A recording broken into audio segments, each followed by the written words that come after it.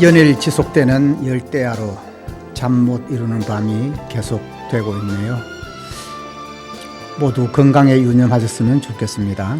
여기는 상주 FM 93.9MHz 남산지기 장명아가 진행하는 사람 사는 이야기입니다.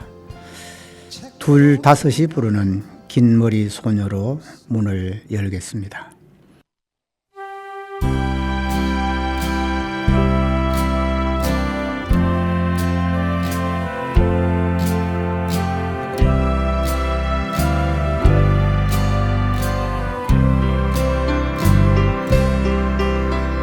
소리 들리면 떠오르는 모습 달처럼 탐스런 하얀 얼굴 우연히 만났다 말없이 가버린 긴 머리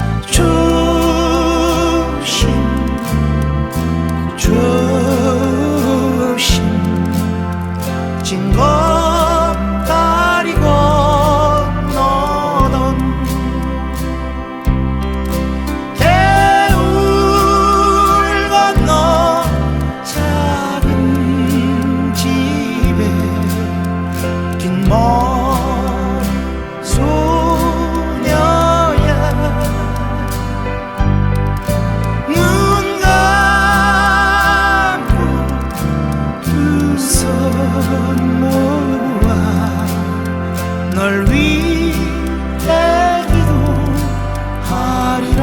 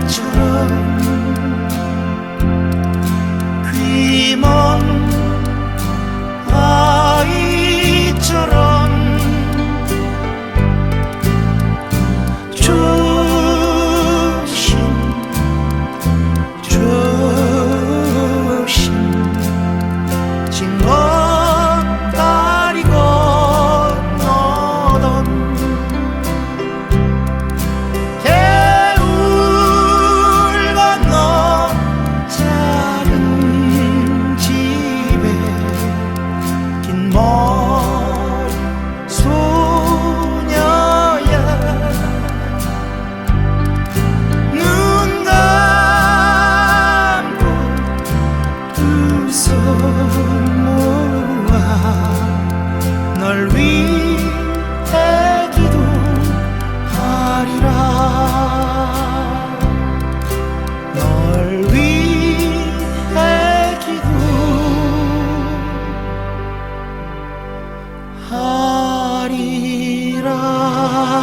기도하리라.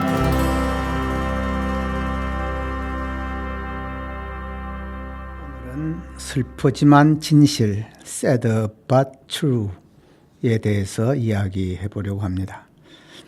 스위스 출신의 미국의 정신과 의사 퀴블러로서는 사람이 죽음을 선고받고 이를 수용하기까지의 과정을 5단계로 구분했는데요. 영어로는 각 단계를 줄여서 다바드라고 하죠. DABDA, 즉 부정, 분노, 타협, 우울, 수용의 단계를 거친다고 합니다. 어떤 사람이 몸이 좋지 않아 병원에 갔죠. 검진 결과 말기암이라는 판정을 받았을 경우 첫 반응은 의사의 판정을 부정한다는 거죠. 아니야, 그럴 리 없어 와 비슷한 말을 입에 달고 다니며 검사가 잘못된 것 아닌가 하는 의심으로 수많은 병원을 돌아다니고 상태가 심해지면 다른 환자와 결과가 바뀐 것이 아닌가 의심하며 자신은 나을 수 있다며 치료를 거부하기도 하는데요. 이러한 반응을 키블러로서는 첫 단계인 부정으로 보고 있습니다. 다음 단계는 자신 주변의 모든 것이 분노의 대상이 되는데요. 왜 그 많은 사람들 중에 나야? 라는 식의 말을 하며 돌봐주는 가족, 친구, 의사나 간호사 혹은 자신이 믿는 신에게까지 분노를 표출하게 되는데요. 이 시기 환자는 감정 기복이 심해서 가족이나 의료진들이 애를 먹게 된다고 합니다. 이 단계는 자신이 갖지 못한 여생을 가진 일반 사람들에 대한 질투로도 볼 수 있다고 합니다. 다음 단계는 타협의 단계인데요. 부정도 하고 분노도 충분히 표출했음에도 더 이상 상황이 나아지지 않을 것이라는 걸 깨닫고 타협이라는 형태로 나타나게 되는데요. 분노를 표출했던 신에게 최대한 겸손하게 이번 한 번만 살려주시면 앞으로 정말 착하게 살게요 라는 식의 타협으로 나타나게 된다고 합니다. 죽음을 앞둔 사람의 경우 생명의 연장이라는 목적을 이루기 위해 신에게 서원 기도하는 경우가 이에 속한다고 할 수 있고요. 간혹 2단계에서는 장기 기증을 약속하는 경우도 있다고 합니다. 당사자들의 절박함은 상상을 초월할 정도지만 이 단계는 그리 길지 않게 짧게 지나간다고 하네요. 결국 타협도 무용지물이라는 것을 깨달으면 희망을 잃어버리고 극심한 우울증 증세가 나타나게 되고 모든 일에 초연해지고 온종일 멍한 표정으로 있기도 한다네요. 이 단계의 우울함은 크게 두 종류로 나뉜다고 하는데요.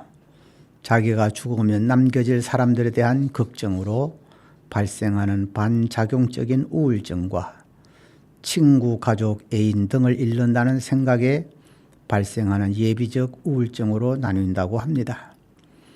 이 단계에서 환자는 별말을 하지는 않지만 가끔 슬픔을 표현할 때 옆에 있어주는 것은 큰 도움이 되고 우울함을 예민하게 반응하지 말고 최대한 부드럽게 받거나 혼자 감정을 표현하도록 하는 것이 좋다고 합니다.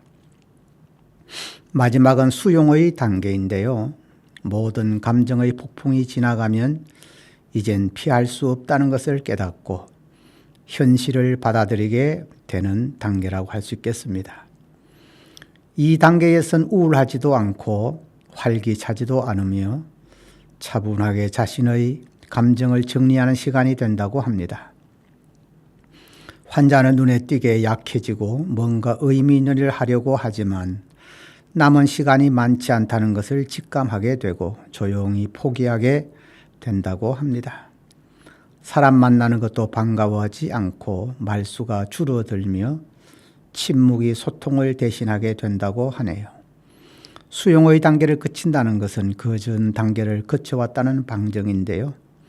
그 과정에서 환자는 남들에게 자신이 끝까지 버려지지 않았다는 것을 깨닫고 위로를 받기도 하며 역으로 자신이 죽은 후 남겨질 사람들의 슬픔을 재발견하기도 한다고 합니다. 키블러로서의 5단계설은 죽음뿐만 아니라 되돌리기 어려운 불운하거나 불행한 사건에서 나타나는 일반적인 현상이기도 한데요. 변호사 조우성의 수필집 후기에 따르면 소송을 당한 사람의 감정 단계도 이와 비슷하다고 합니다. 처음에 소송을 당하면 충격을 받아 어찌할 바를 모르는 상태가 되고 좀 시간이 지나면 화가 나서 내가 얼마나 저한테 잘해 주었는데 나에게 어찌 이럴 수가 있냐며 흥분하고 화난 상태가 지속되다가 다음 단계는 죄책감으로 운명론자가 된다고 하는데요. 내가 원래 재수가 없는 사람이라든가 전생에 죄가 많아서 이 시련이 왔다거나 좀 더 잘해 주었다면 이런 문제가 생기지 않았을 것이라는 미움과 후회의 양가 감정이 교차한다고 합니다. 다음 단계로 우울감이 찾아오는데요. 나는 되는 일이 없다거나 세상은 살만한 곳이 못 된다거나 피로와 스트레스가 쌓이면서 극도로 슬픈 상태가 된다고 하네요. 그리고 일부는 이런 슬픔을 이겨내고 피소를 수용하거나 판결을 수용하면서 삶을 적응해 나가기도 하지만 트라우마가 심해 건강한 모습으로 되돌아가기에는 거의 불가능하거나 많은 시간이 필요하다고 합니다. 어떤 사람은 충격 상태에 머무르게 되고 어떤 사람은 화난 상태에 머무르게 되어 다음 단계로 나가지 못해서 오기로 항소를 하거나 상대를 괴롭히기 위해 끝까지 소송을 하기도 한다고 합니다.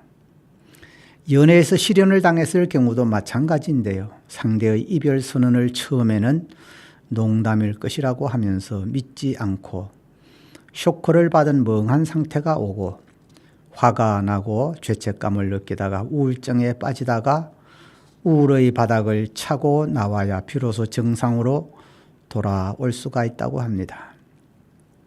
장애를 가지게 되었을 때도 비슷한 단계를 거친다고 하는데요. 장애인이 되었다는 것을 알게 되었을 경우 처음에는 믿지 못하고 의학으로 해결될 것이라는 믿음으로 자신의 장애를 부정하고 하필 나에게 이런 일이 일어났냐고 화를 내고 자책과 죄책감으로 우울증을 앓게 되고 그러다가 왜 내가 세월을 낭비하고 있지? 라면서 용기를 내고 오기가 생기면서 우울 증세에서 탈출하게 된다고 합니다. 소향의 유레이저 미업과 조황조의 슬픈 우연 들으시면서 혹여라도 이런 우울 증세에 있는 분들은 새로운 힘을 얻었으면 좋겠습니다.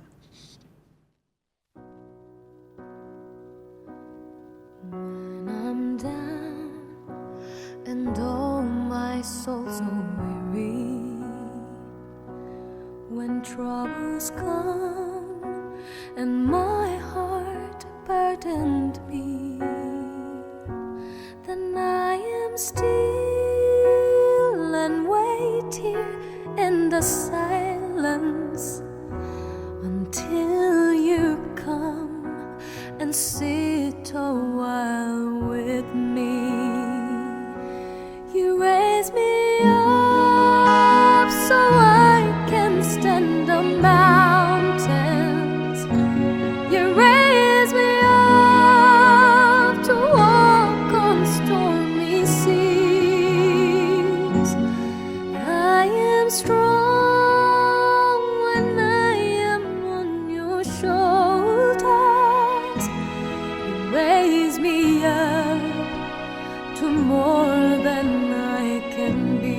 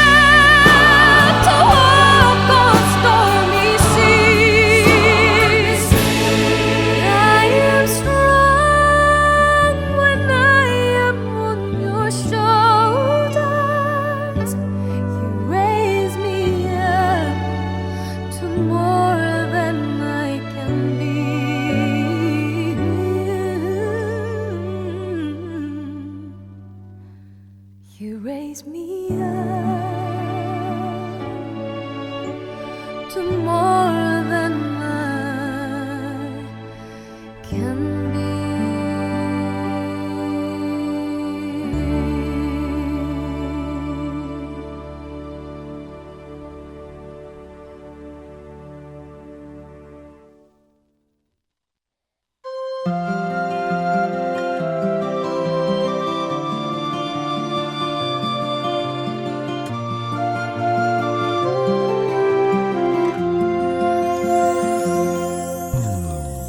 바람이 꽃잎을 스쳐가듯이 소리 없이 만난 그 사람,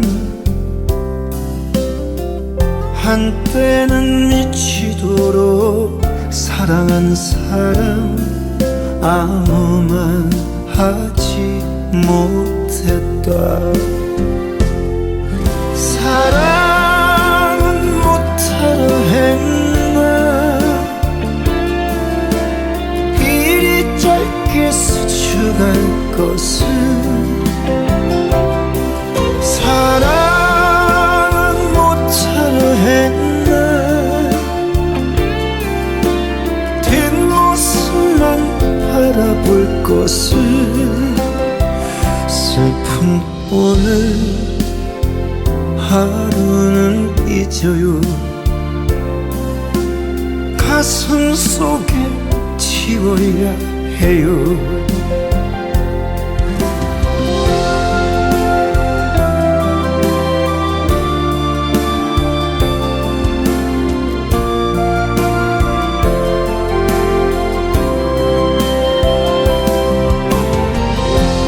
세상에서 가장 슬펐던 우연인 것은 다시 만날 기억도 없었기 때문인 거야. 지키지 못했던 미안함들이 그리움보다 컸나 봐. 아무런 기약 없이 멀어질 텐데 다시 널 잡지 못했다. 사랑은 못하려 했네, 이리 짧게 스쳐갈 것을. 사랑은 못하려 했나, 뒷모습만 바라볼 것을. 슬픈 오늘 하루는 잊어요. 가슴 속에 지워야 해요. 슬픈 오늘 하루는 잊어요. 가슴 속에 지워야 해요. 가슴 속에 묻어야 해요.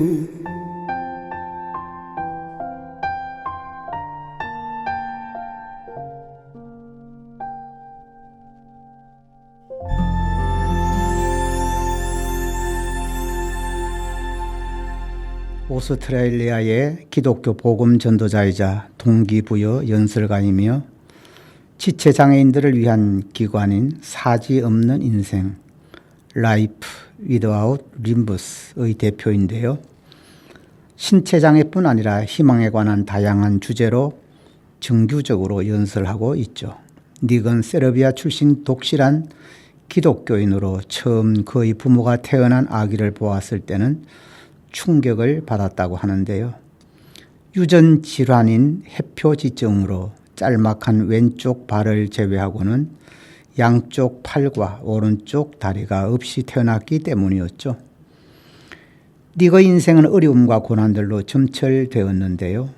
그중 가장 심각한 문제는 닉이 다닐 학교가 없다는 거였죠. 당시 호주에는 지체장애인의 공립학교 입학을 금지하고 있었기 때문에 닉은 정신장애가 아니었음에도 다닐 학교가 없었거든요. 그가 학교 입학을 하지 못하고 지내는 동안 법이 바뀌었고 닉은 공립학교의 첫 번째 지체장애를 가진 학생이 되었죠. 그리고 장애로 인한 신체적, 정신적, 사회적 아픔을 이겨낸 엄청난 사람이 되었습니다. 학교에서 따돌림을 당함으로 닉은 심한 우울증에 빠지게 되었고 8살이 되던 때부터 자살을 생각하게 되었는데요. 그때부터 하나님께 팔과 다리가 생기게 해달라고 기도하기 시작했죠. 그러나 그는 기도하는 중에 사지가 없어도 더 좋은 일을 할 수 있다고 생각하게 되었고 앞으로 자신이 해나갈 일이 많다는 것을 깨달아 자신이 살아있음을 감사하게 되었죠. 그의 삶이 달라진 것은 어머니가 지체장애를 스스로 인정하고 받아들인 남자에 관한 기사가 실린 신문을 보여주었을 때였는데요. 이 기사를 통해 닉은 장애에 대한 편견과 차별 때문에 어려움을 가진 사람이 자신만이 아니라는 것을 깨닫게 되죠. 닉이 17살 되던 해에 그는 크리스찬들의 모임, 대화 모임에서 자신의 이야기를 하며 마침내 비영리 단체인 사지없는 인생을 시작하게 되었죠. 닉은 21살의 나이에 회계학과 재무설계학을 복수 전공으로 대학을 졸업하고 동기와 희망을 주는 연수를 하기 위해 여행을 시작했죠. 그는 기독교 단체뿐만 아니라 기업이나 회사 그리고 다양한 나라에서 연설하면서 자신의 불행을 오히려 감사하면서 좌절에 빠진 사람들에게 희망을 주고 있습니다. 닉은 25살, 25살 되던 해에 경제적으로 독립하기를 원했는데요. 오프라 윈프리 쇼 같은 텔레비전 쇼 프로그램에 출연하거나 책을 집필하는 것을 계획했죠. 닉의 첫 번째 책, 팔도 없어요, 다리도 없어요. 그러나 염려하지 않아요. No arms, no legs, no worries라는 저서를 2009년 말에 출판했죠. 미국 기독교 매체 CBN 뉴스에 따르면 최근 닉 부이치치는 전쟁에서 부상을 입은 많은 군인이 치료를 받기 위해 오는 이스라엘 텔아비브 근처의 세바 메디컬 센터를 방문해서 그는 부상자들에게 제가 깨달은 것은 외모가 달라 보이는 사람에게 시선은 쏠리지만 우리가 여전히 존재하고 때로는 미소를 짓고 계속 세상을 향해 나아가고 있다는 점은 많은 사람에게 그가 포기하지 않았다면 나도 포기하지 않을 거야라는 생각을 하게 만든다라고 말했다고 하네요.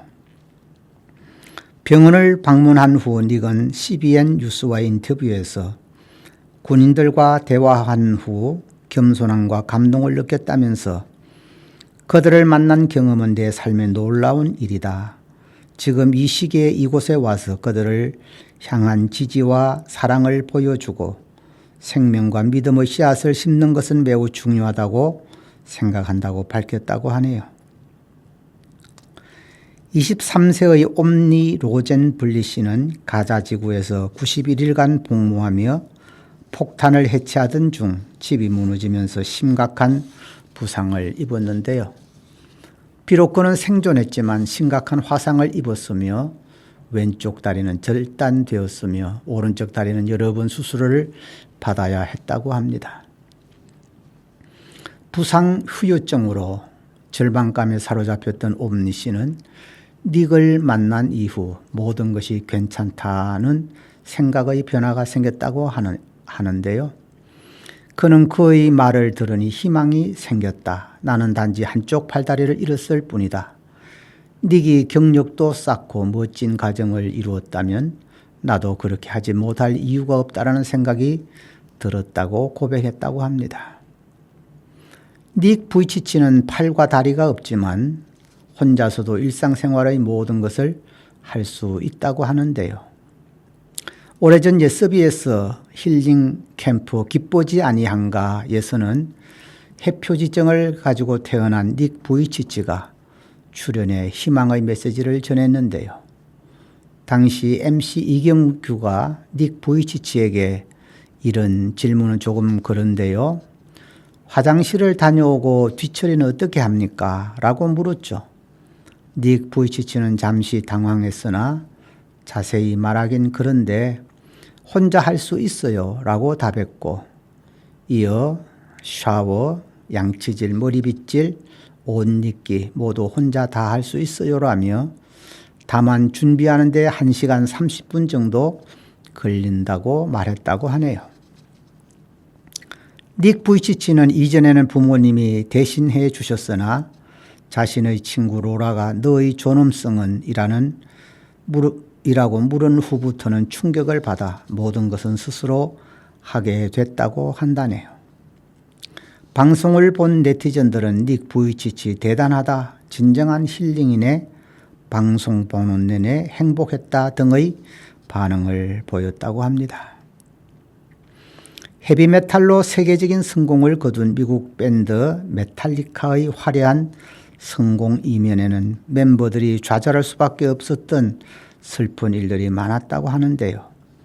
밴드의 보컬과 리듬 기타를 담당하는 제임스 해필턴은 알코올 중독에 빠졌죠. 어린 시절 아버지의 폭력으로 가출한 경험에 이어 16살 때 어머니가 암으로 사망했던 트라우마가 그 원인이었는데요. 팀의 핵심 멤버인 베이시스트 클리프 버튼이 비행기 사고로 사망하는 등 악재까지 겹쳤죠. 슬픈 현실을 이겨내지 못하고 술이라는 도피처에 허우적거리던 해필턴은 결국 알코올 재활센터에 입소까지 하게 되었는데요. 락스타에서 알코올 중독 환자로 추락해버린 그가 현실을 직시하고 다시 일어서는 의지를 담아낸 곡이 바로 슬프지만 진실이라는 것이라는 Sad but True 였죠. 가사를 보면 세상은 너를 배신했어. 난 너의 유일한 친구이자 도피처. 언제나 너의 옆에 있을 거야. 라며 술의 유혹에 흔들리는 모습을 그렸는데요.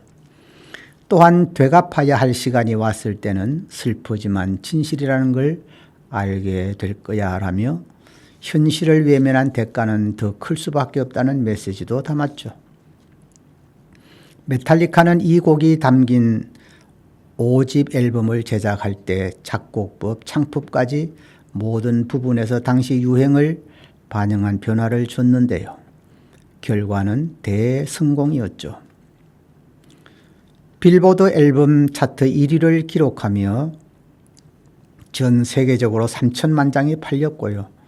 엄청난 인기는 영미권을 넘어 소련도 들썩이게 했죠. 메탈리카가 중심이 돼 모스크바에서 1991년에 열린 몬스터스 오브 락 공연은 160만 명의 관객을 불러 모았는데요. 흥분한 관객을 곤봉으로 때리며 통제하던 군인들마저 군복을 풀어헤치고 몸을 흔들게 할 정도로 열기가 대단했다고 하네요. 메탈리카가 폐쇄적인 체제 아래 억눌린 청년들의 자유를 향한 갈망을 폭발하게 만들어 소련을 붕괴시켰다는 평가도 있을 정도였습니다. 영국에서는 노엘과 리엄 형제의 갈등으로 해체된 세계적인 락밴드 오아시스가 2024년 여름 재결합을 선언했다고 하는데요. 1990년대의 문화예술의 아이콘이었던 오아시스의 부활에 영국 전역에서는 축제 분위기가 펼쳐졌다고 해요. 오아시스의 앨범은 물론 라이벌이었던 블러의 앨범과 1990년대 패션 아이템들도 불티나게 팔렸다고 합니다. 노엘은 가난한 노동자 가정의 3형제 중 둘째로 태어났는데요. 알코올 중독자였던 아버지에게 매일같이 폭행을 당했죠. 심지어 거리에서 심하게 맞다가 기절한 뒤 쏟아지는 비를 맞고 뼛속까지 스며드는 통증에 깨어난 적도 여러 번이었다고 하네요. 그 이런 경험은 오아시스의 데뷔 앨범 히트곡 라이브 포에버의 가사에 담겨 있는데요. 노엘은 불행했던 자신의 과거를 긍정적으로 해석하여 부자들이 보지 못한 걸 본 나는 영원히 살 거다라며 밝은 멜로디로 노래했죠. 노엘은 한 인터뷰에서 아버지의 폭력이 자신에게 부정적인 영향을 끼치지 않았느냐는 물음에 아버지가 날 때렸을 때 음악적 재능을 때려 박은 걸지도 모르죠. 오히려 그 덕에 방에 숨어 기타를 치며 혼자만의 시간을 보낸 게 작곡하는 데 도움이 된 것 같아요. 불우한 과거를 탓하며 누군가를 정오하는 노래를 부르고 싶다는 생각은 안 들었어요. 그런 일이 삶의 영향을 주도록 하면 안 되죠.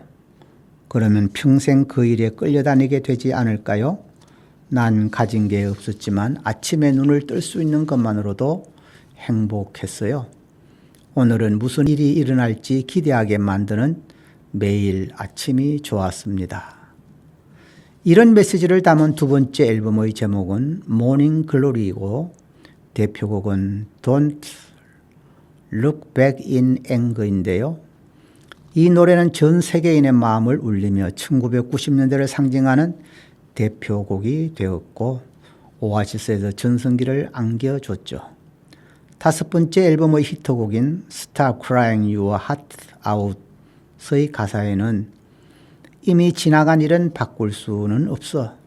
두려워하지 말고 필요한 걸 챙기고 웃으며 네 갈 길을 가렴이라는 내용을 담아 과거에 얼마여 힘들어하는 이들을 다독이기도 했습니다. 그 무렵 세계 각지의 젊은 영혼들에게 깊은 울림을 가져다 준 Sad but True는 오늘날에도 그 메시지는 유용하다고 할 수 있겠는데요. 우리 주위에는 내가 인정하고 싶지 않은 일들이 수없이 일어나고 있고 왜 하필이면 나야 라는 원망적인 상황들이 얼마든지 일어날 수 있고 또 일어나고 있기 때문이죠. 코로나 바이러스가 유행했을 때 우리가 겪었던 무기력증을 아마 기억하고 있을 텐데요. 많은 사람이 전염병에 대한 공포로 정신적 심리적인 스트레스에 시달렸죠. 동영상이나 코로나19 관련 기사 댓글을 읽고 난 뒤 기침이나 콧물 같은 감기 증상만 나타나도 코로나19에 감염된 게 아닌가 하고 우려하는 사람들이 많았죠. 주변에 확진 판정을 받은 사람이 있는 경우 2주간 자가격리 중이거나 스스로 사회적 거리두기를 하느라 짧게는 2, 3일부터 길게는 2주간 집에서만 머무르느라 심리적 불안과 우울감을 호소하기도 했죠.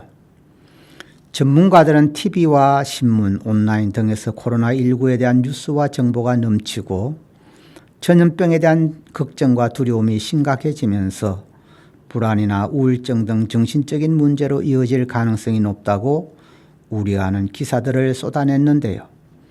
안 그래도 불안한데 전문가들이라고 하는 자들이 나와서 불안을 부추기니 정말 살 마음이 없어지기도 했죠. 코로나가 유행했던 시절에 20세 어떤 여성의 경험담인데요.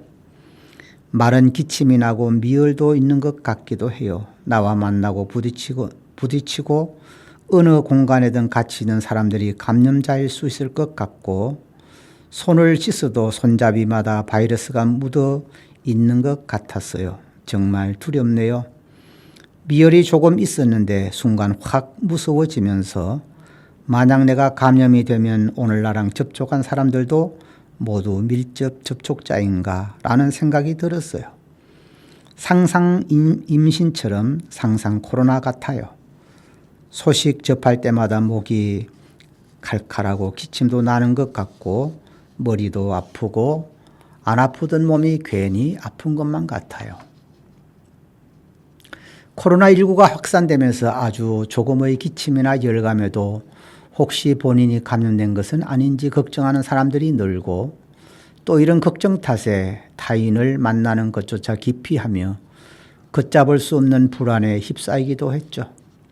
주변 지인이 자가격리 중이거나 마스크를 구입하기 위해 판매처에서 몇 시간 동안 줄을 섰지만 구입하지 못하는 상황이 생긴다거나 생필품이나 식자재들을 대량 구매하는 사람들이 늘어 텅 빈 상품 진열대를 보게 되는 등 관련 상황과 직접 마주할 경우 그 공포감은 더욱 높아졌죠. 독일의 실존주의 철학자 마틴 하이데거는 인간을 던져진 존재라고 했는데요. 이것을 피투성, 게보르펜하이트라고도 하죠. 예를 들면 국적이나 부모를 내가 택할 수는 없죠. 태어나는 것도 나의 의지와는 무관하죠. 살아가면서도 나의 의지와는 상관없이 일어나는 배우자의 죽음, 친구의 죽음, 질병 등이 피투성에 가깝다고 할 수 있겠죠.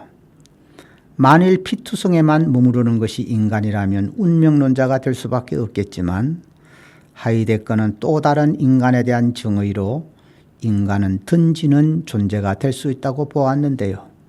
이것을 기투성, 안트보르펜하이트라고 하죠. 자신의 의지로 무엇인가를 선택할 수 있다는 존재라는 뜻인데요. 과거의 슬픈 기억들은 현실로 인정하고 나의 의지로 무엇이든지 긍정적으로 행동한다면 멋진 날들이 펼쳐지지 않을까요? 오늘은 슬프지만 진실이야 라는 주제로 현실을 직시하고 슬픔을 환희로 성공시킨 닉 부이치치와 두 가수를 소개했는데요. 함께 해주신 애청자 여러분들께 감사드립니다. 노사연의 동행 감상하시면서 저는 여기서 인사드리겠습니다. 지금까지 상주 FM 93.9MHz 남산지기 장명하가 진행한 사람 사는 이야기였습니다. 다음 주에 만나요. 안녕히 계십시오. 아직도 내겐 슬픔이 우두커니 남아있어요. 그날을 생각하자니 어느새 흐려진 안개 빈 밤을 오가는 나를 어디로 가야만 하나 어둠에 갈 곳 모르고 외로워 헤매는 미로 누가 나와 같이 함께 울어줄 사람 있나요? 누가 나와 같이 함께 따뜻한 동행이 될까? 사랑하고 싶어요. 빈 가슴 채울 때까지 사랑하고 싶어요. 살아있는 날까지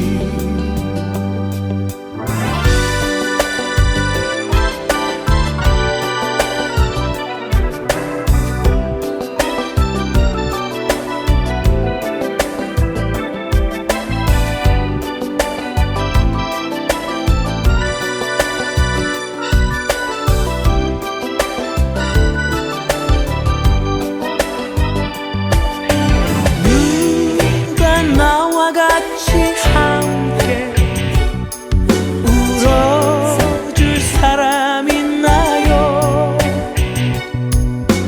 누가 나와 같이 함께 따뜻한 동행이 될까? 사랑하고 싶어요. 빈 가슴 채울 때까지 사랑하고 싶어요. 살아있는 날까지 사랑하고 싶어요. 빈 가슴 채울 때까지 사랑하고 싶어요. 사랑